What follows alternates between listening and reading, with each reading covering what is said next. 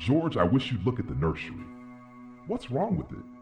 I don't know, Lydia answered, pausing at the kitchen stove that hummed and baked supper for four.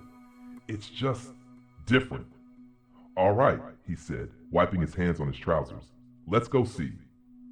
They strolled down the silent corridor of their Happy Life home, soundproofed, automated, every button a servant, every room ready to feed, clothe, rock, or entertain them. At 10 feet from the nursery door, a hidden sensor flicked on the lights inside. Behind them, the hall lamps winked off, bowing to their departure. Here we are, George murmured, stepping onto the soft, thatched floor. The chamber measured 40 feet square and 30 feet high, a costlier extravagance than the rest of the house combined. But nothing's too good for our children, he told himself when building it. At first, the walls lay blank and still.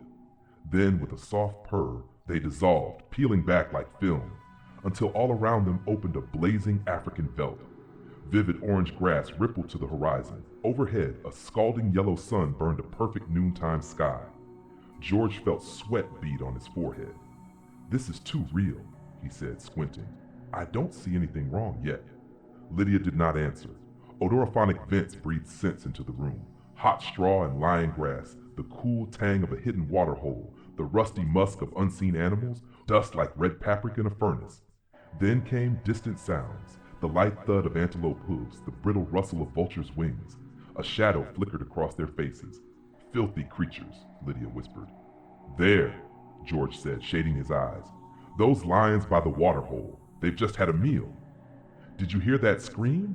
She asked, voice tight. No, he replied, shaking his head. A roar answered them, and suddenly, a pair of lions stood 15 feet away, green-yellow eyes fixed on the parents, fur rippling in the heat. George could almost feel the prickling of their coats, taste the dusty upholstery scent of their pelts. Watch out! Lydia screamed. They bolted. Lydia dashed for the door. George lunged after her. Outside, the door slammed behind them with a thud.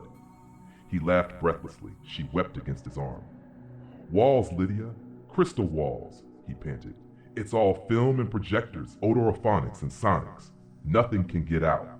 She clung to him, sobbing. It was too real. Promise me you'll tell Wendy and Peter to quit imagining Africa. Of course, she whispered, and lock it up for a few days. Reluctantly, George turned the heavy knob. All right, he said. Lock it. They left, lights fading behind them, the veldt silent once more. At dinner, they ate alone, for Wendy and Peter were at a special plastic carnival across town and had telephoned home to say they'd be late to go ahead eating. So George Hadley, bemused, sat watching the dining room table produce warm dishes of food from its mechanical interior. We forgot the ketchup, he said. Sorry, said a small voice within the table, and ketchup appeared. As for the nursery, thought George Hadley, it won't hurt for the children to be locked out of it a while. Too much of anything isn't good for anyone, and it was clearly indicated that the children had been spending a little too much time on Africa. That sun, he could feel it on his neck still, like a hot paw, and the lions, and the smell of blood. Remarkable how the nursery caught the telepathic emanations of the children's minds and created life to fill their every desire. The children thought lions, and there were lions. The children thought zebras, and there were zebras. Sun, giraffes, giraffes. Death and death, that last. He chewed tastelessly on the meat that the table had cut for him. Death thoughts. They were awfully young, Wendy and Peter, for death thoughts. Or no, you were never too young, really. Long before you knew what death was, you were wishing it on someone else. When you were 2 years old, you were shooting people with cat pistols. But this, the Long's hot African veldt, the awful death in the jaws of a lion, and repeated again and again. Where are you going? He didn't answer Lydia. Preoccupied, he let the lights glow softly ahead of him, extinguished behind him as he padded to the nursery door. He listened against it. Far away, a lion roared. He unlocked the door and opened it. Just before he stepped inside, he heard a far-off scream, and then another roar from the lions, which subsided quickly. He stepped into Africa. How many times in the last year had he opened this door and found Wonderland? Alice, the Mock Turtle, or Aladdin and his magical lamp, or Jack Pumpkinhead of Oz, or Dr. Dolittle, or the cow jumping over a very real appearing moon, all the delightful contraptions of a make-believe world. How often had he seen Pegasus flying in the sky's ceiling, or seen fountains of red fireworks, or heard angel voices singing. But now it was yellow hot Africa, this bake oven, with murder in the heat. Perhaps Lydia was right. Perhaps they needed a little vacation from the fantasy which was growing a bit too real for 10-year-old children.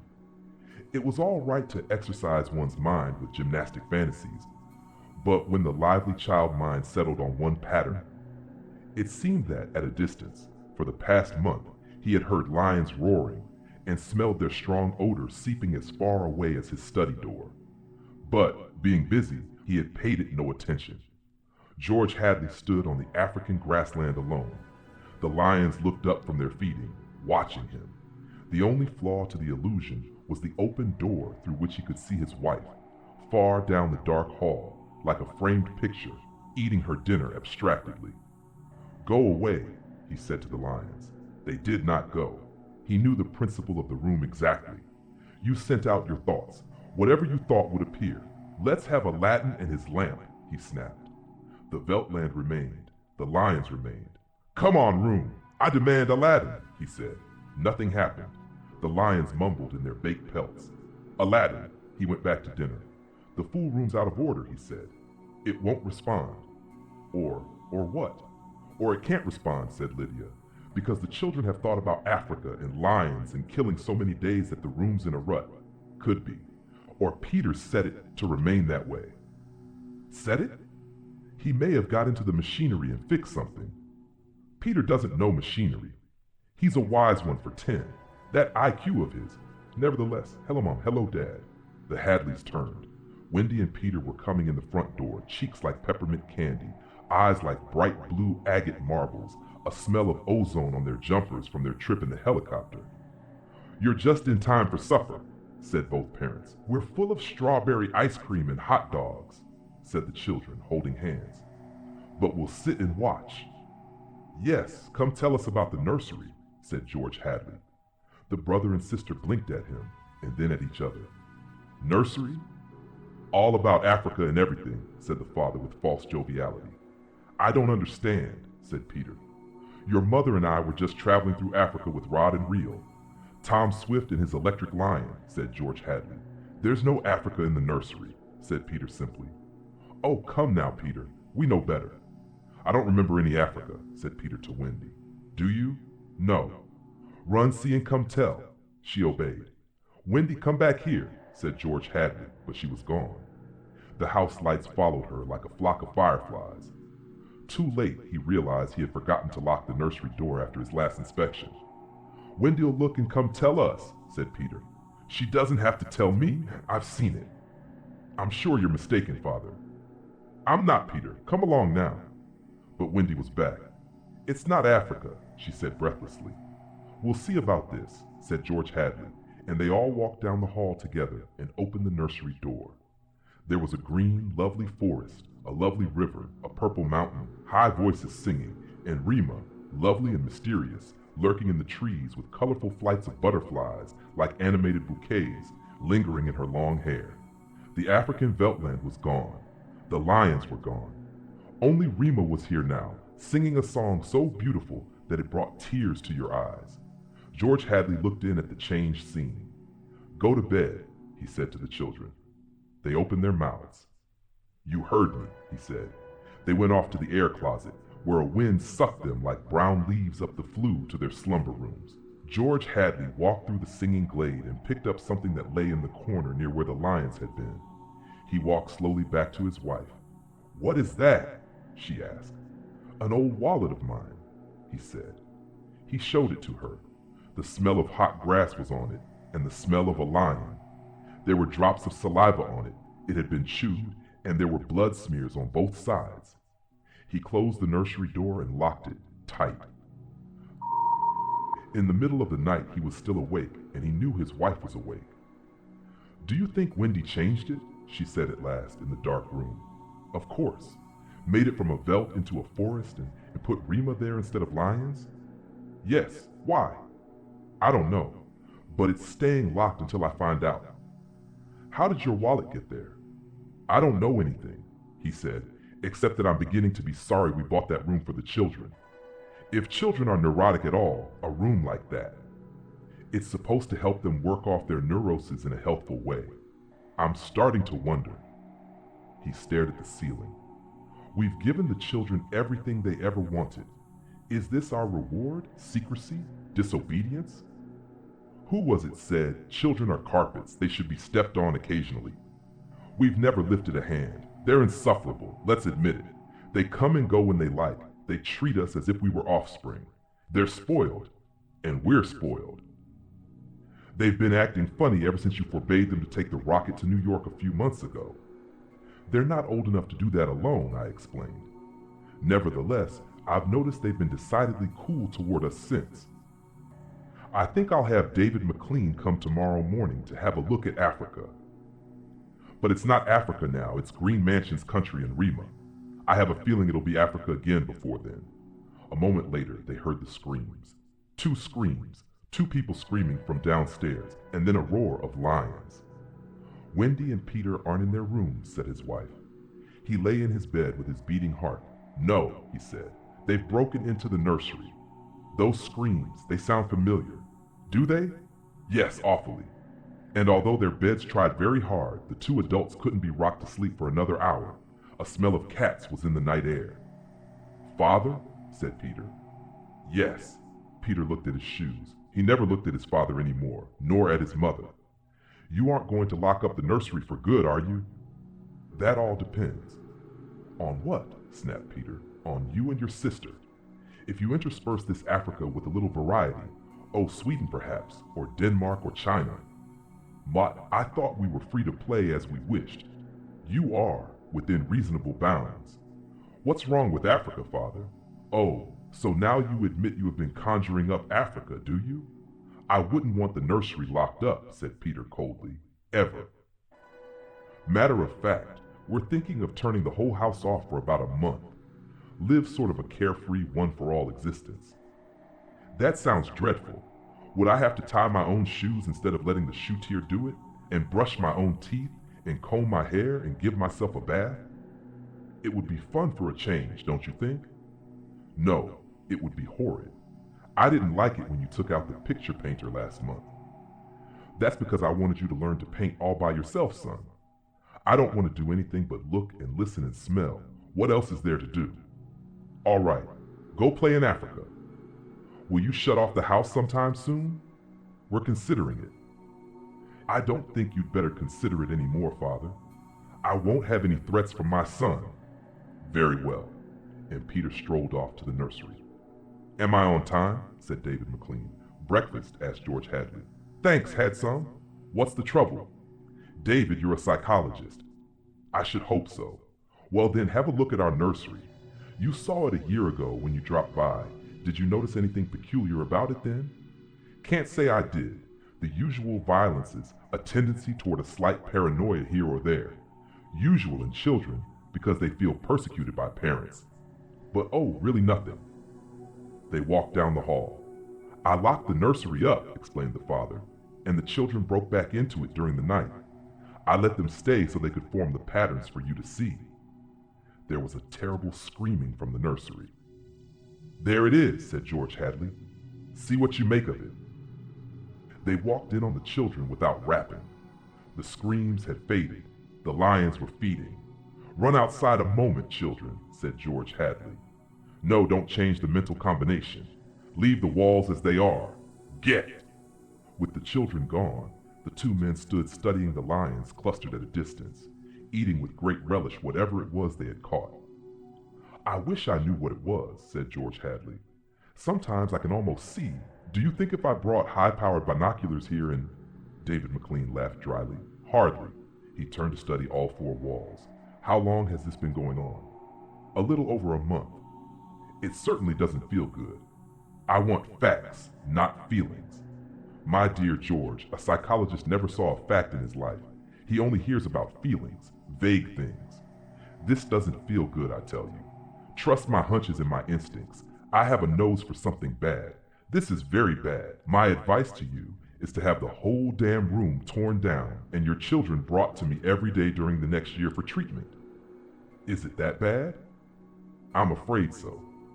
One of the original uses of these nurseries was so that we could study the patterns left on the walls by the child's mind, study at our leisure, and help the child.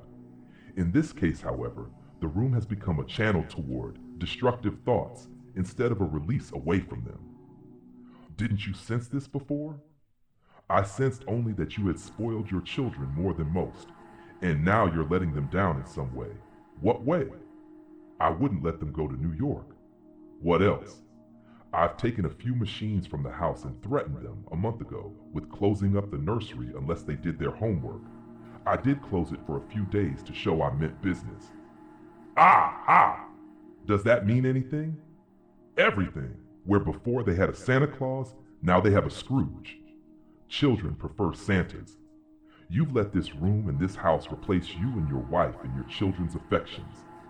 This room is their mother and father, far more important in their lives than their real parents. And now you come along and want to shut it off. No wonder there's hatred here. You can feel it coming out of the sky. Feel that sun. George, you'll have to change your life. Like too many others, you've built it around creature comforts. Why? You'd starve tomorrow if something went wrong in your kitchen. You wouldn't know how to tap an egg. Nevertheless, turn everything off. Start new.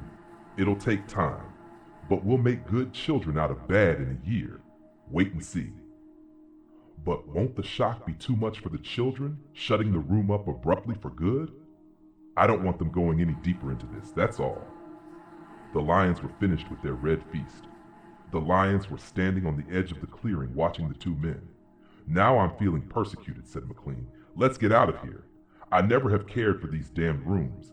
Make me nervous. The lions look real, don't they? Said George Hadley.